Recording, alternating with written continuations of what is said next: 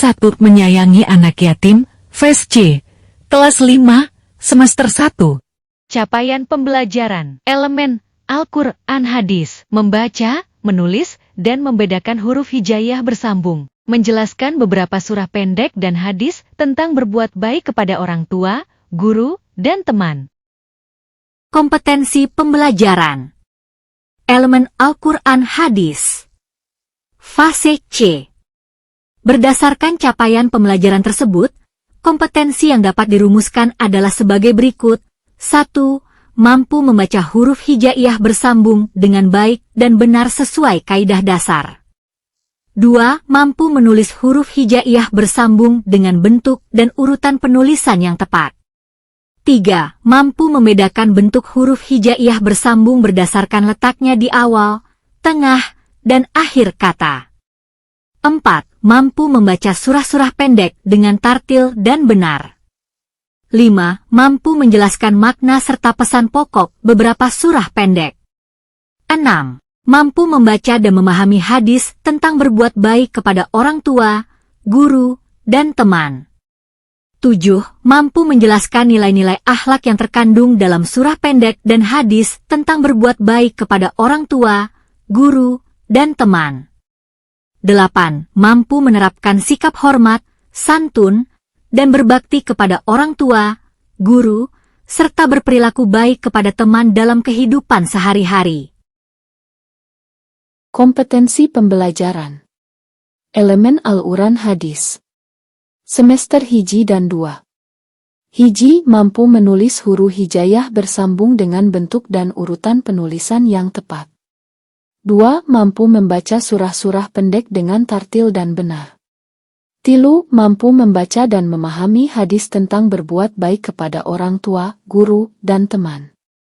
4.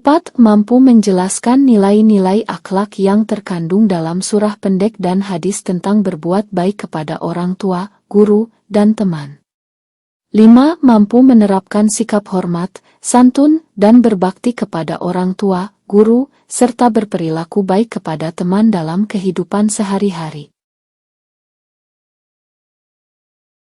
Tujuan pembelajaran. Elemen Al-Quran hadis. Semester 1. Setelah mengikuti proses pembelajaran ini peserta didik mampu 1. Mampu membaca surat Al-Maun dengan tartil dan benar, dan mampu menulis surat Al-Maun dengan bentuk dan urutan penulisan yang tepat. 2. Mampu menghafal surat Al-Maun beserta artinya dengan baik, lancar, dan percaya diri. 3. Mampu menjelaskan pesan pokok yang terkandung dalam surat Al-Maun secara sederhana dengan baik. Bismillahirrahmanirrahim. Menghafal surah Al-Maun. Setelah mengikuti proses pembelajaran ini peserta didik mampu menghafal surat Al-Maun beserta artinya dengan baik, lancar, dan percaya diri. Pada gambar terlihat seorang anak perempuan muslimah sedang berdiri dengan percaya diri di depan mikrofon. Ia sedang berlatih dan melafalkan surat Al-Maun dengan suara yang jelas dan penuh semangat. Sebelum tampil, ia tentu harus menghafalkan surat Al-Maun dengan sungguh-sungguh. Ia berusaha mengingat setiap ayat, memperhatikan harakat, panjang pendek bacaan, serta membaca dengan tartil. Menghafal surat Al-Maun bukan hanya untuk mendapatkan hafalan yang baik. Surat ini juga mengajarkan kita agar tidak mengabaikan anak yatim, peduli kepada orang miskin, gemar membantu sesama, dan tidak berbuat ria dalam beribadah. Seperti anak dalam gambar, kita harus rajin berlatih, percaya diri, dan bersungguh-sungguh dalam menghafal Al-Quran.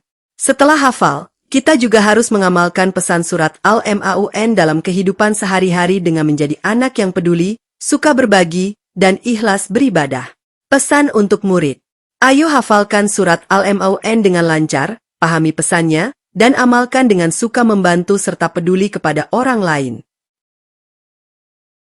Bismillahirrahmanirrahim. Dengan nama Allah yang Maha Pengasih lagi Maha Penyayang. Ara'aita alladhi yukadzibu bid-din. 1. Tahukah kamu, orang, yang mendustakan agama? Fadzalika alladhi yadu'al yatim. 2. Itulah orang yang menghardik anak yatim. Wala yahuddu 'al ta'amil miskin. 3. Dan tidak menganjurkan untuk memberi makan orang miskin. Fawailun lil musallin. 4. Celakalah orang-orang yang melaksanakan salat. Alladzina hum an salatihim sahun. 5. Yaitu, yang lalai terhadap salatnya. Alladzina hum yura'un. 6. Yang berbuat ria. Wa yamna'un al-ma'un. 7. Dan enggan memberi bantuan. Tegasku. 1. Hafalkan la surat al-Maun bezer tertinya. 2. Hafalkan di hadapan gurumu atau di video. 3. Rekaman video dikirim ke WhatsApp pribadi guru pendidikan agama Islam dan budi pekerti. Aktivitasku. 1. Hafalkan surat Al-Maun beserta artinya dengan penuh tanggung jawab. 2. Mintalah teman, orang tua, atau saudaramu menyimak hafalanmu. 3. Jika sudah hafal, mulailah rekam video hafalanmu. Dan 4. Kirim ke guru pendidikan agama Islam dan budi pekerti. Bismillahirrahmanirrahim. Sejuta asa untuk yatim. Kisah penyejuk hati.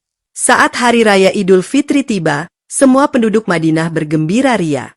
Anak-anak bersuka cita, bermain, dan tertawa riang. Mereka mengenakan pakaian baru, menikmati makanan yang lezat, dan menerima aneka hadiah dari orang tua mereka. Namun, tidak demikian dengan seorang anak kecil yang berada di sudut jalan. Dia berpakaian lusuh dengan raut muka yang acak-acakan dan nampak sedih. Rasulullah segera menghampiri anak tersebut. Dengan penuh kasih sayang. Rasul bertanya, "Mengapa kamu menangis? Bukankah ini hari raya?" Dengan menahan tangis, anak itu menjawab, "Ya betul, ini hari raya. Tapi aku ingat ayahku yang telah tiada. Dia meninggal saat berjuang bersama Rasulullah. Sekarang aku yatim. Tentu aku sangat bersedih." Habhasla madamu, N.A.K. Apakah kamu mau aku menjadi ayahmu? Fatimah menjadi kakakmu, dan Aisyah menjadi ibumu? Anak itu baru menyadari bahwa yang ada di hadapannya adalah Rasulullah. Ia sangat bergembira dan menggandeng Rasulullah dengan bahagia. Begitulah kasih sayang Rasulullah terhadap anak yatim. Bagaimana dengan kalian? Mengapa Rasulullah sangat menyayangi anak yatim? Apakah kalian juga sangat menyayangi anak yatim? Coba buktikan dan ceritakan.